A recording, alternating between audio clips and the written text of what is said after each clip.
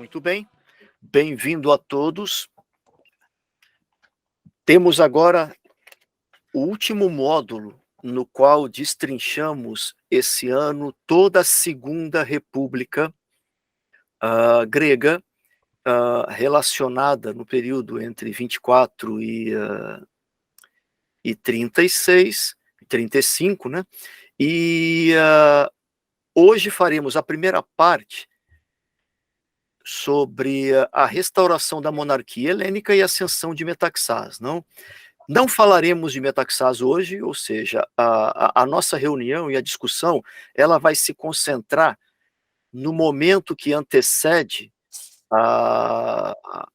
o poder que chega às mãos de Metaxás, e é um ponto de inflexão muito interessante o estudo de hoje, porque ocorreram eventos inesperados, certo? Ou seja, praticamente depois de estudarmos isso, analisarmos, poderemos verificar que várias forças atuaram dentro desse curto espaço de tempo, o que permitiu aquele novo cenário histórico de entrada dentro de um governo estável, porém um governo oligárquico, não gerido por Metaxás. Então, hoje trataremos o plebiscito de novembro, 3 de novembro de 35, e o retorno do rei Jorge, que se encontrava na Inglaterra, com sua família praticamente espalhada por vários países da Europa. E também as eleições convocadas por conta desse plebiscito aí, e as dificuldades da formação do governo, que acabou, vamos entender melhor, que acabou levando a essa guinada histórica no país. Bom, antes de entrar no mérito, apenas uma pagininha aqui de revisão.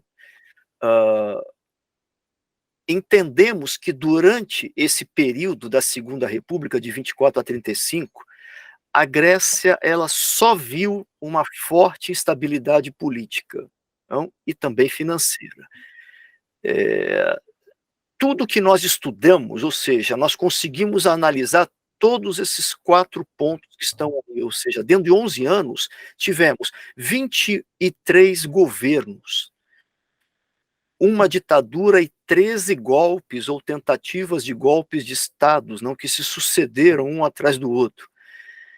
Cada gabinete, ou seja, primeiro-ministro, ele permanecia no parlamento por 6 meses, tirando a média, dividindo por 11 anos, eram 6 meses praticamente para cada primeiro-ministro. E uma tentativa de golpe era praticamente organizada aí a cada 42 semanas. Ou seja, isso tudo acabou criando, um país que foi incapaz de estabelecer a ordem. Envolvimentos em vários golpes, republicanos começam a perder gradualmente o terreno contra os monarquistas, e cada vez mais se ouvia dentro do país clamor pelo regresso ao trono do rei, Jorge II.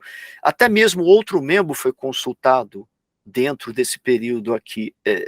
Nós não vamos falar dele, mas vale a pena, apenas como registro histórico, uma vez que Jorge II ainda era uma figura um pouco estranha a algumas entidades, existia até a possibilidade de se chamar o Duque de Kent, que foi o marido da sobrinha do Jorge.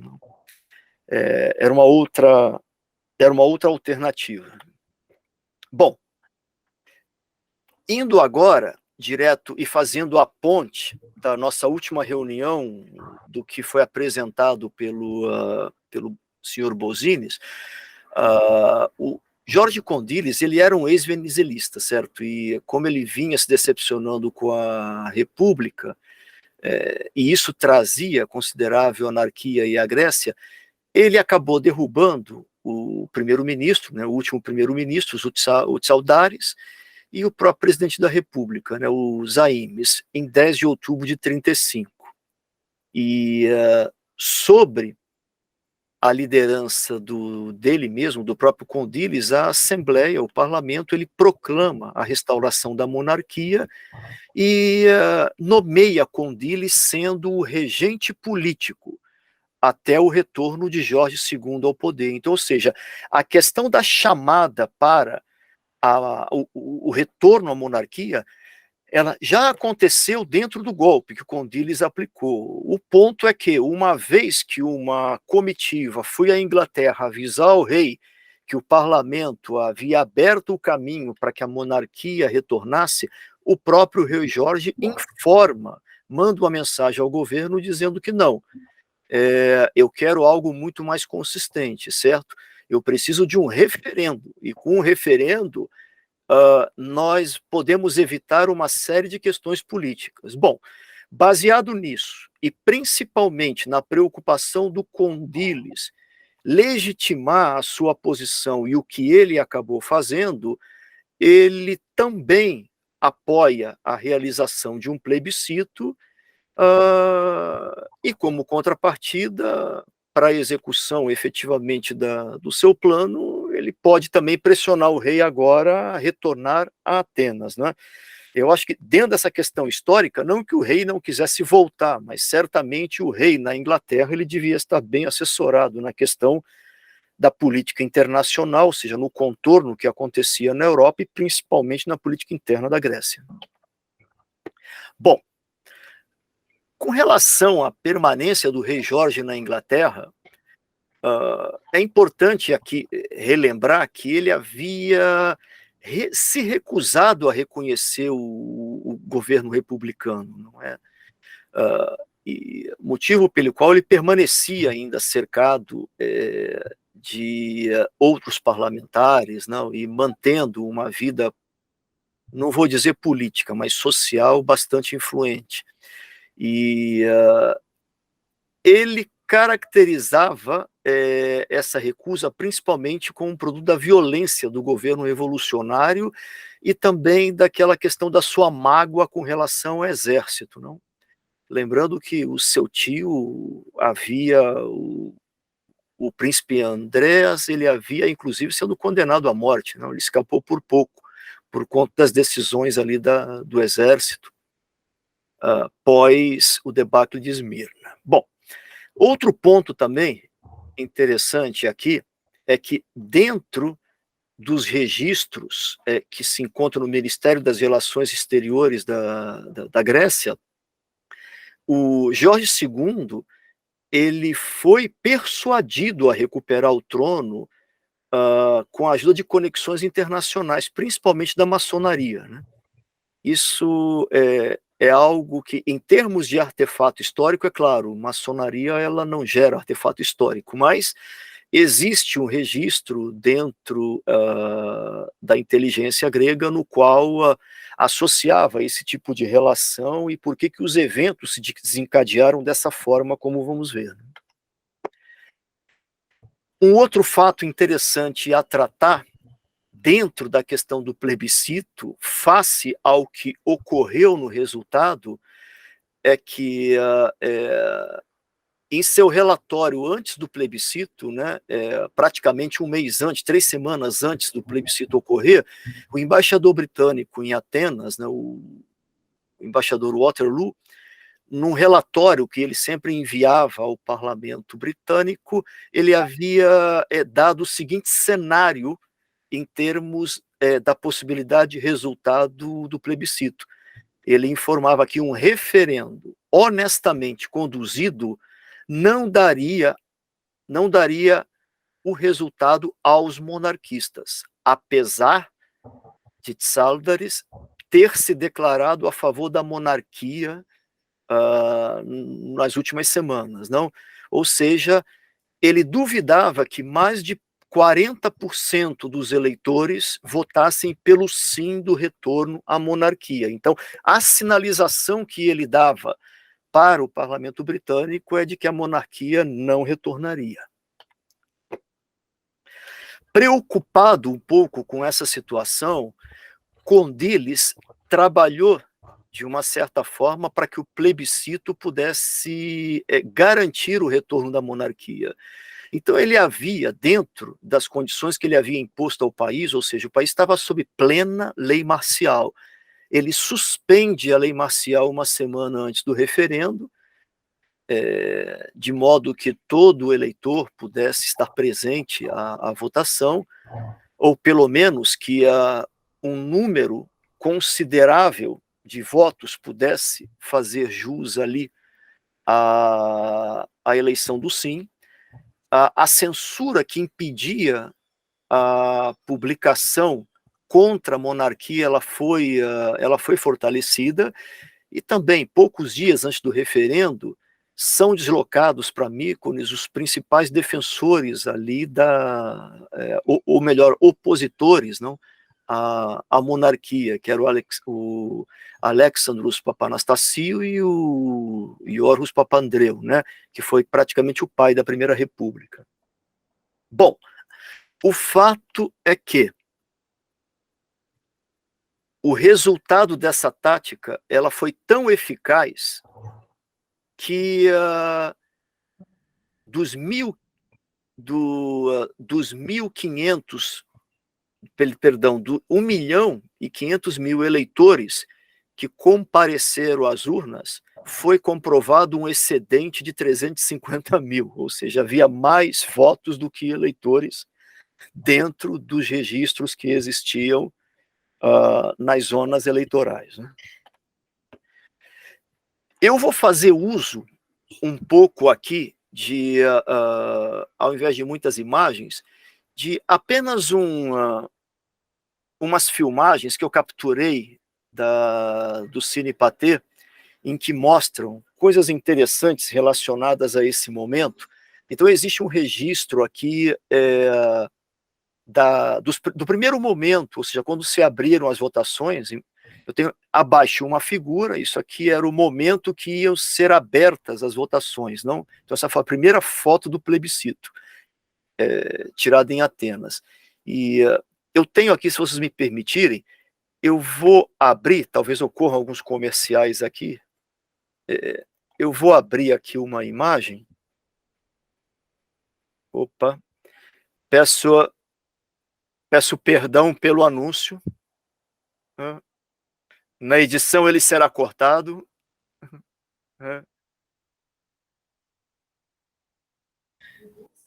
Domingos, você tem que abrir no teu computador e aí tira essa imagem e põe a outra, entendeu? É o único jeito. Assim, diretamente, ele não entra. Vocês não veem a imagem? Não. Então vou... Ok. A gente só está vendo o link. Vocês só veem o link. Isso. Então eu não consigo apresentar isto para vocês. Deixa eu tentar... Abre no teu computador normal, através do YouTube. Deixa abaixado. Aí você muda, entendeu? Troca, fecha esta imagem e coloca outra. É um jeito. É isto.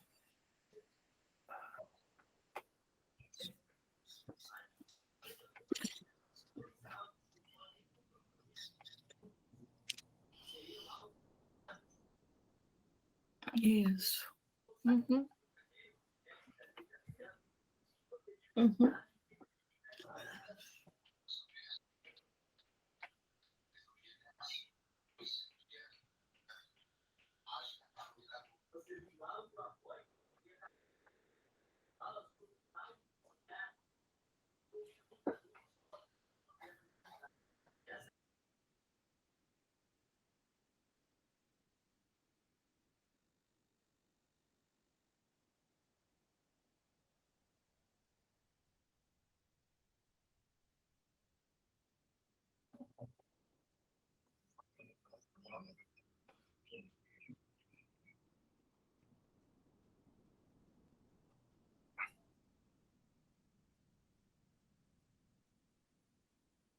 É apenas um trecho. Bom, eu vou tentar fazer isto.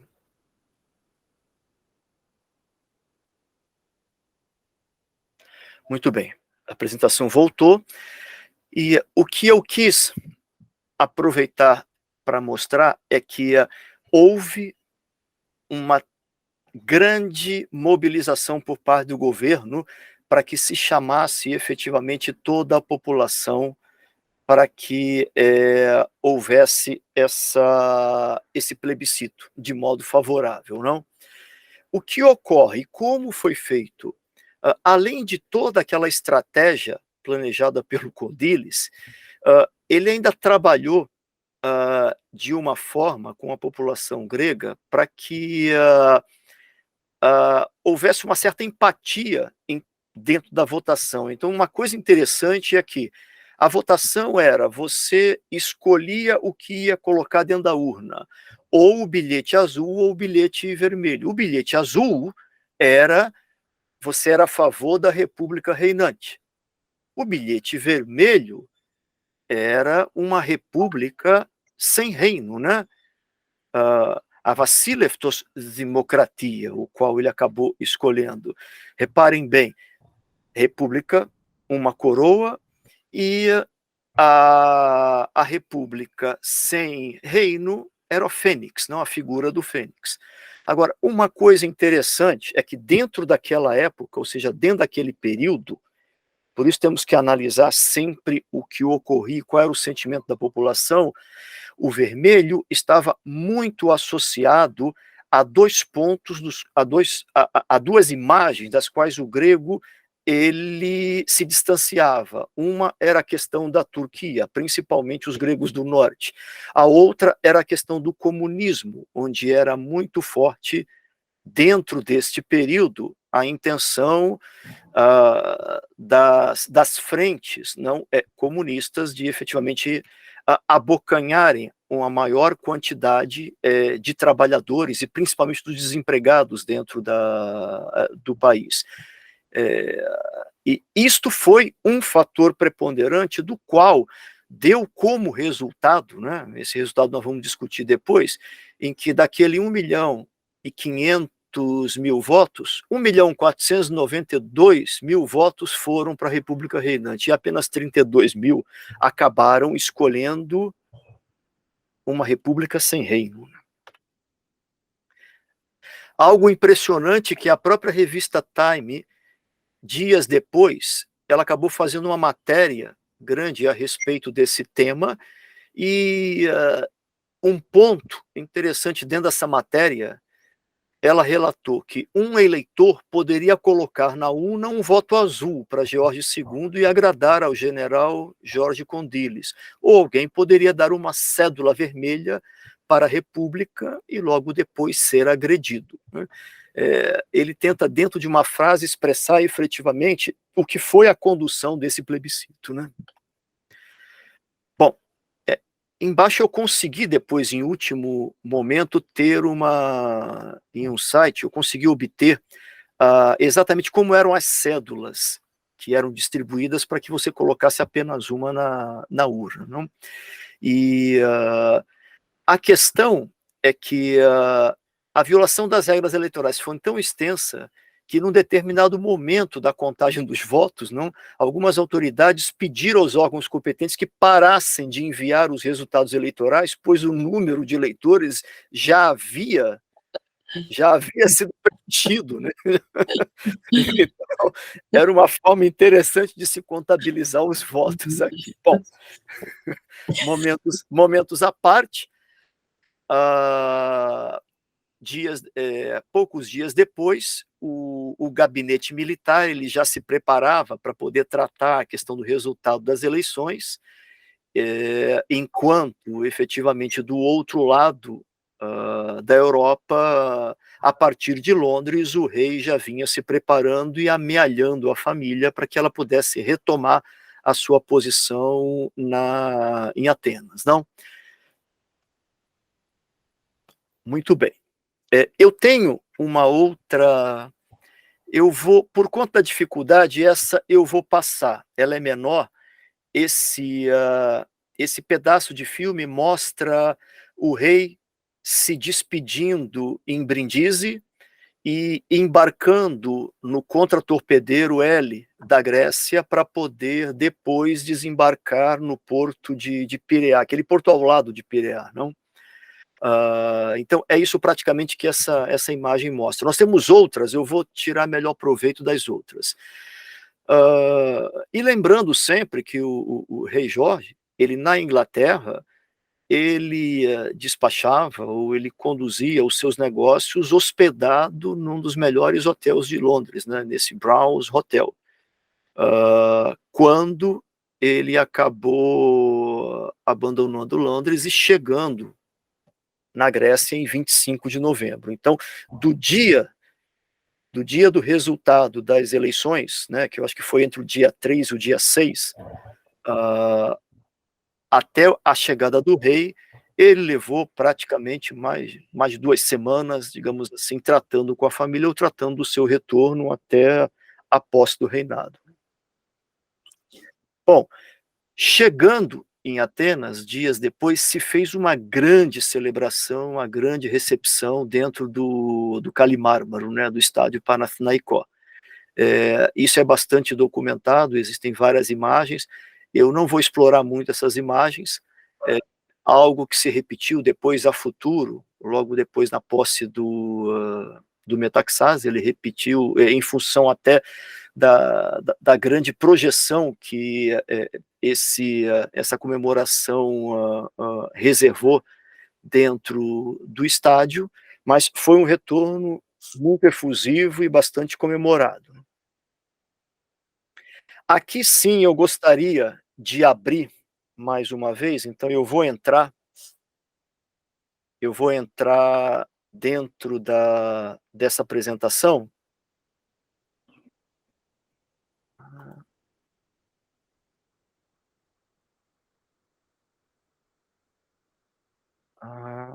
Eu vou ter que abrir a apresentação.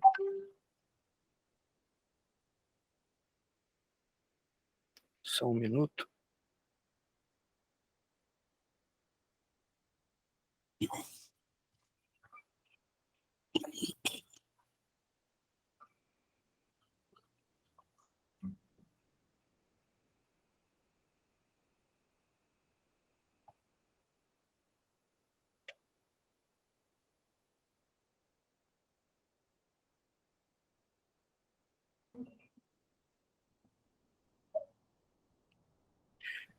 Bom, vocês não conseguem ver, certo?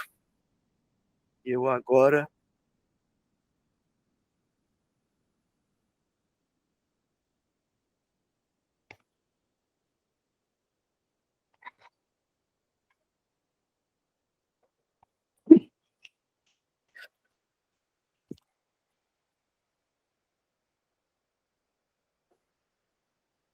eu vou repetir a apresentação.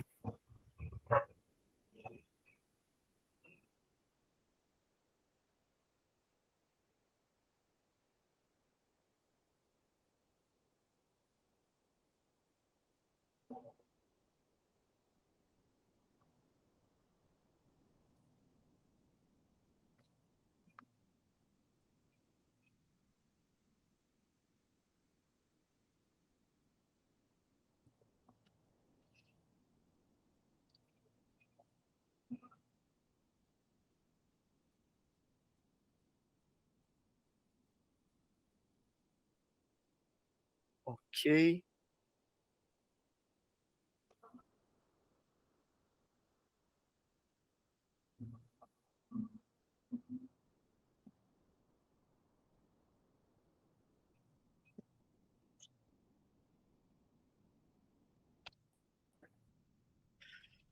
Bom, o momento anterior que se deu à comemoração foi efetivamente a chegada dele ao porto. E quando o rei Jorge retorna, imediatamente o Clovis ele perde a posição de regente, que foi nomeada pela Assembleia, não? Mas em troca do seu papel na restauração da monarquia, o próprio rei o nomeia primeiro-ministro interino e, além do mais, o condecora também com a Gran Cruz, a Gran Cruz que existia na ordem de Jorge I, não? Aqui nós temos uma situação interessante, eu ampliei essa fotografia até mesmo a poder apresentar um pouco, algumas situações que ocorreram antes da chegada do rei, porque houve, de uma certa forma, certa intervenção do Venizelos quando a Assembleia, a mando e a força do Condilis, havia instaurado o retorno da monarquia.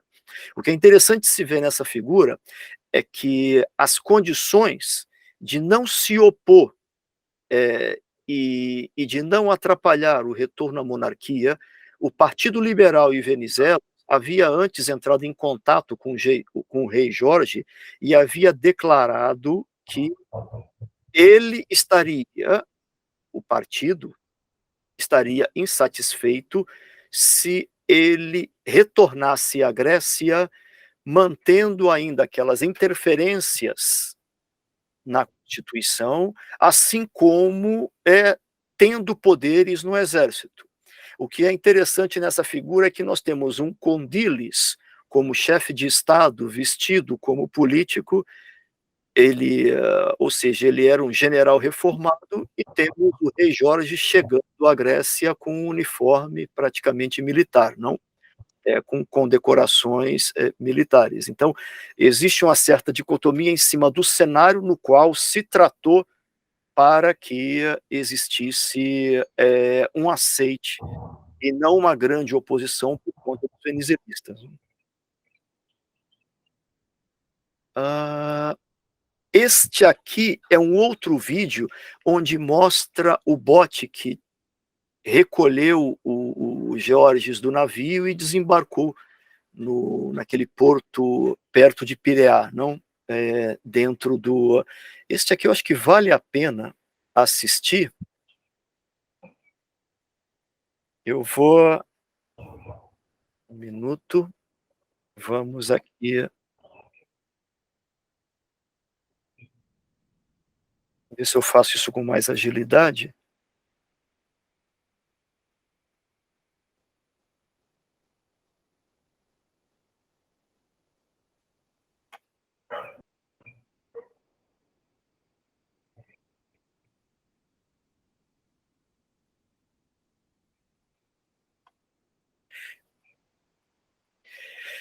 Este praticamente não tem áudio.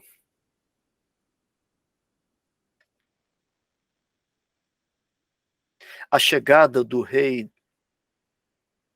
no bote de desembarque, a demonstração da Força Aérea Grega, o embarque sendo recepcionado, e aí ele encontra o Condilis o recepciona pessoalmente, né?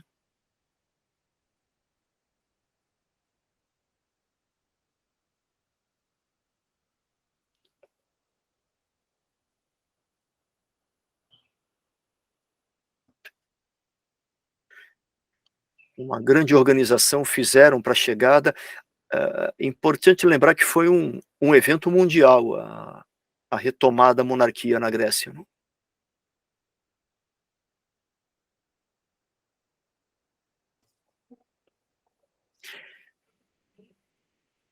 Quando eles esperando ele no parlamento.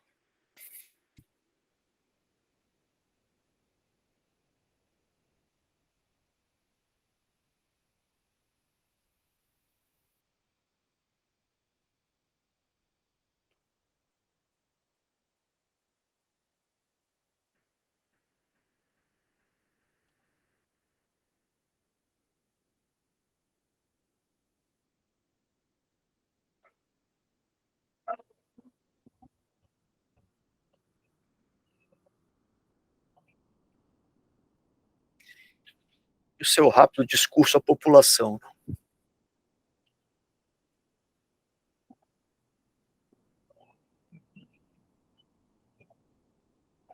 Ok. Podemos voltar aqui.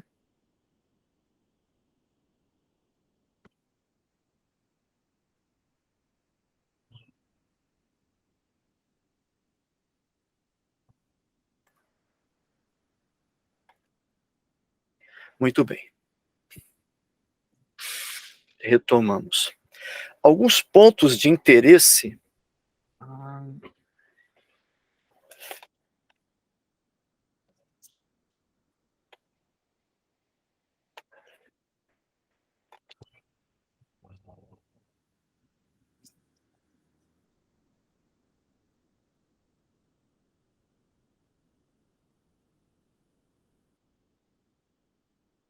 Estranho, ele não me...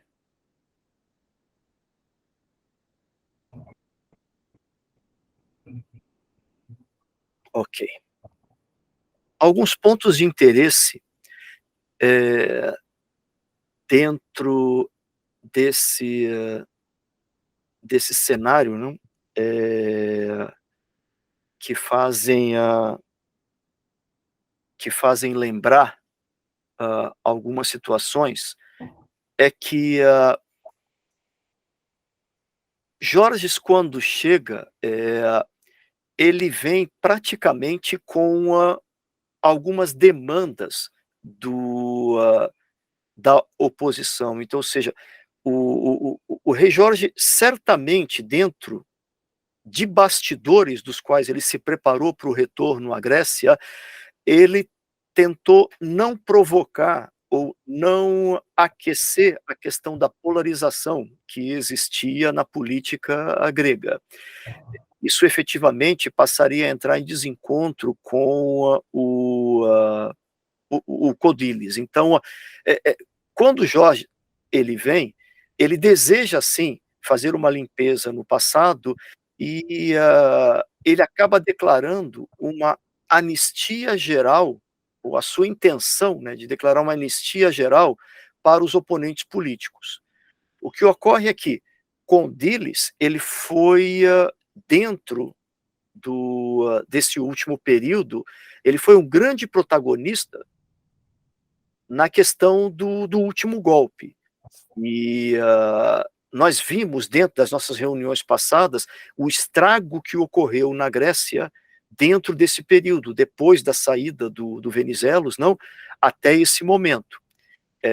E o Condilis ele se opõe a grande parte dessa declaração de anistia geral por parte do rei Jorge. Então, isso vai acabar levando, perante até a teimosia, né, aqui os historiadores chamam que era uma teimosia, ou seja, o rei estava convicto que, para a segurança da monarquia e para a continuidade da monarquia, havia necessidade da anistia geral.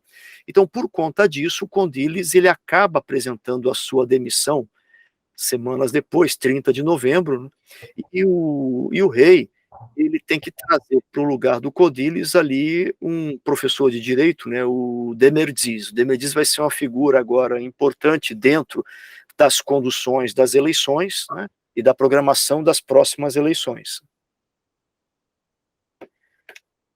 Bom, por conta disso, uma vez Codilis saindo, no dia seguinte, o governo ele emite um decreto, né, a pedido do próprio rei, sobre a concessão da graça a militares e funcionários públicos, certo? A questão é que,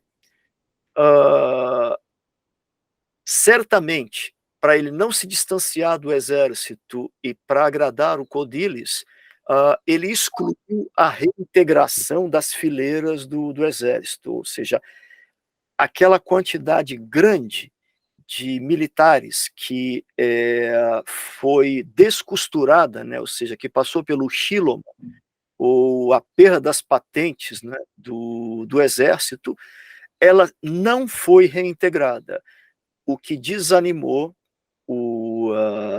a oposição, o que desanimou os liberais, certo? E principalmente o Venizelos. Não? O Venizelos ele havia pessoalmente pedido esse tipo de integração ao rei Jorge enquanto ele estava em Londres. Bom, um outro cenário aqui que a gente não pode esquecer é a presença e a participação do Paparrus, o Alexandros Paparrus. Ele teve uma carreira meteórica no momento em que Georges ele assume a monarquia, ele retoma a monarquia.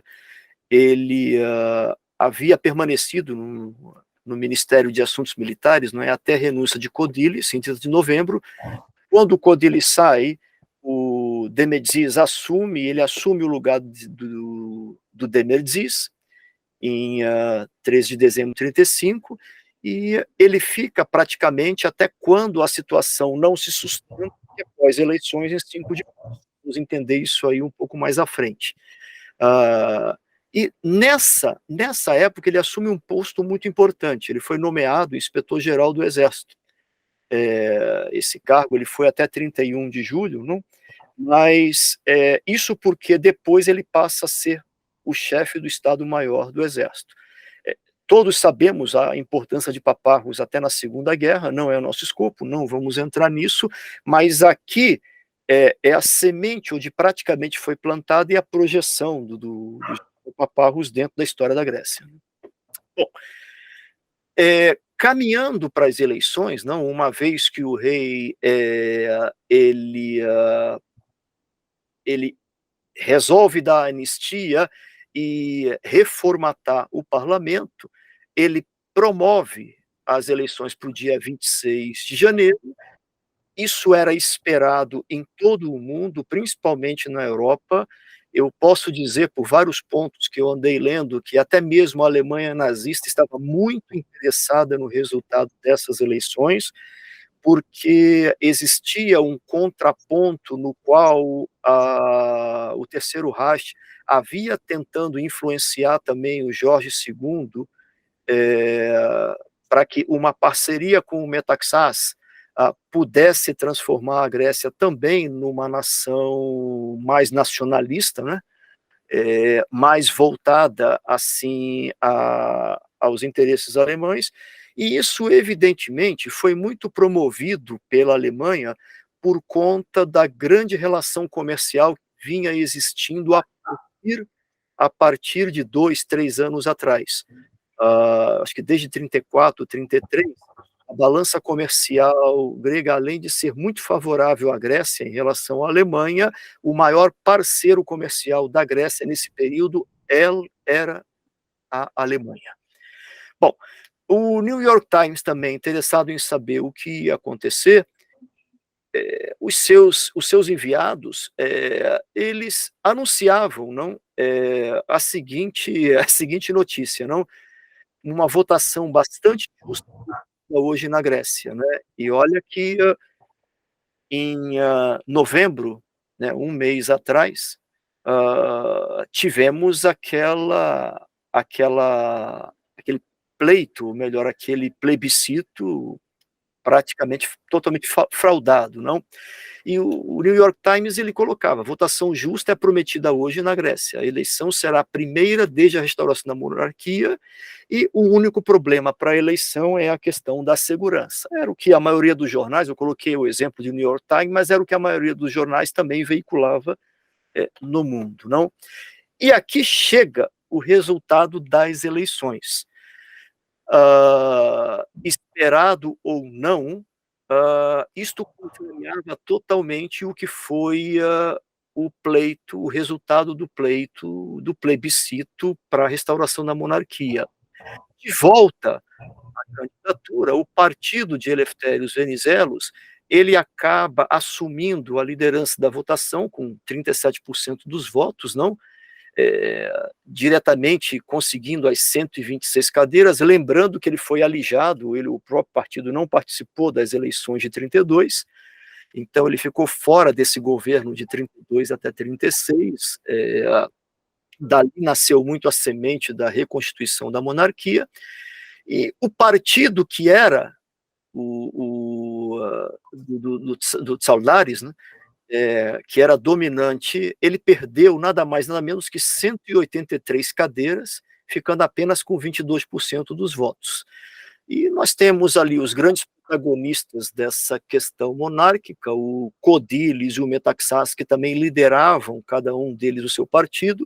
O Codilis ficou com 20% dos votos, mas o Metaxás apenas arrebanhou 4%, 3,9% dos votos, ficou apenas com 7 cadeiras.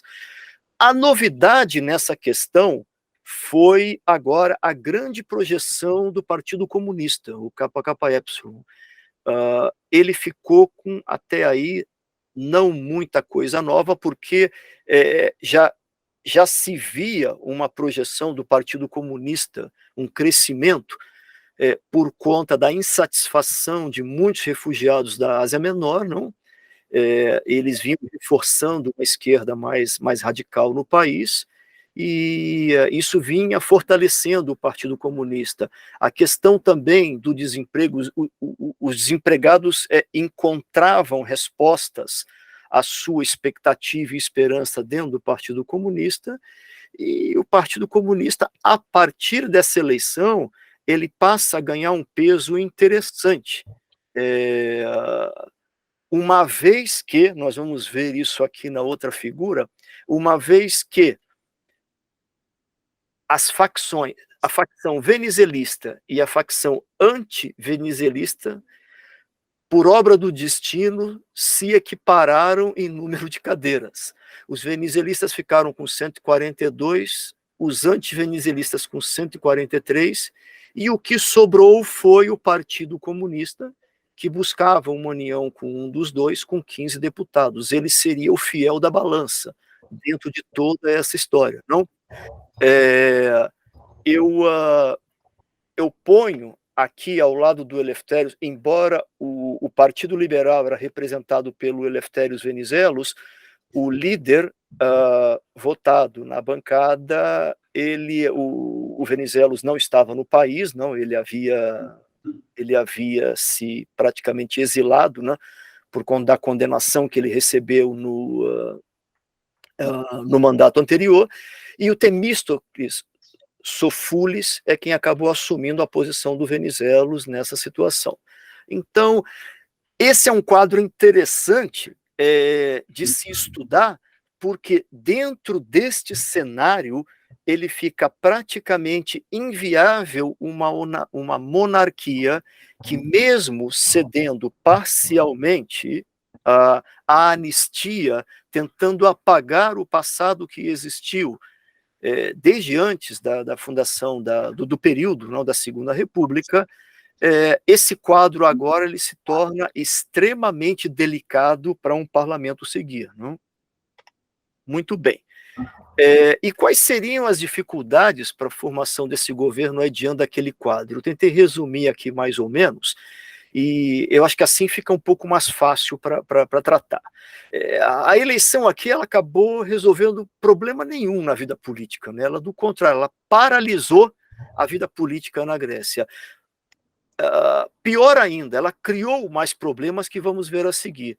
No dia seguinte à eleição, o rei acabou atribuindo o mandato de se formar um governo ao vencedor da eleição, por direito, que foi o Partido Liberal, não, ou seja, aos venizelistas, ao Temístocles Sofulis. Né? Bom, o que o Sofulis fez? Qual foi o trabalho dele? Ele entrou em contato com o líder do Partido Popular, o Saldares, né, para explorar a possibilidade de um cogoverno. Né? O problema é que esse contato ele envolvia explicar para o Saldares o que o Sofulis pretendia fazer no governo, e a primeira ação dela seria o quê?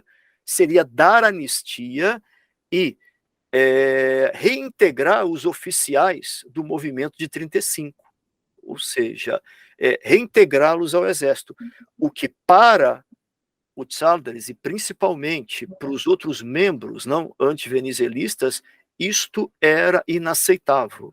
Então, não houve acordo, né? não houve tratativa. Bom, Sofulis continuou também os seus contatos com as outras partes, não é? O que também acabou não ocorrendo. Nessa altura, eu vou falar desse pacto na apresentação seguinte. Nessa altura, acabou ficando arruinado também o pacto que ele tentou fazer com o Partido Comunista, com o KKY, que foi chamado de, pelos gregos, pelos políticos, foi chamado de Pacto Sofulis Sklavena.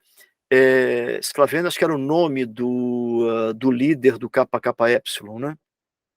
E como o Sofulis acabou não encontrando nenhum aliado, ele não saía daquele número de 142 cadeiras, o que representaria ligeiramente a minoria, ele simplesmente convocou o rei e devolveu o mandato. Ele disse: desculpa, o parlamento não segue. Bom, o rei pediu, então, ao parlamento que transferisse o cargo de volta para o primeiro-ministro antes das eleições, o Demerdiz, né? e por conta disso todo o parlamento acabou consentindo, né? E nesse cenário, dentro desse estágio, o Metaxás acabou sendo nomeado como vice-primeiro-ministro também. Aqui eu tento explicar um pouco o que aconteceu com relação ao pacto com o KKY. Nós temos o seguinte: o 7º Congresso Mundial da Internacional Comunista, ou seja, isso era um congresso que Moscou realizava para todos os comitês de partidos comunistas, principalmente dentro da Europa, no Oriente Médio, certo? Ele se reuniu em agosto de 1935 em Moscou, e em reação ao que vinha acontecendo na Europa, desde 1933, 1934, ou seja, na Europa havia uma ascensão do fascismo. Em 1935 tivemos também a Espanha aderindo ao nacionalismo exaltado através de Franco, não? A Itália intensificando os movimentos, eu acho que também na República Tcheca, e assim tivemos em outros locais, e o Partido Comunista ele reage passando a uma nova política, ou seja, uma política de frente popular contra o fascismo. O que seria isso?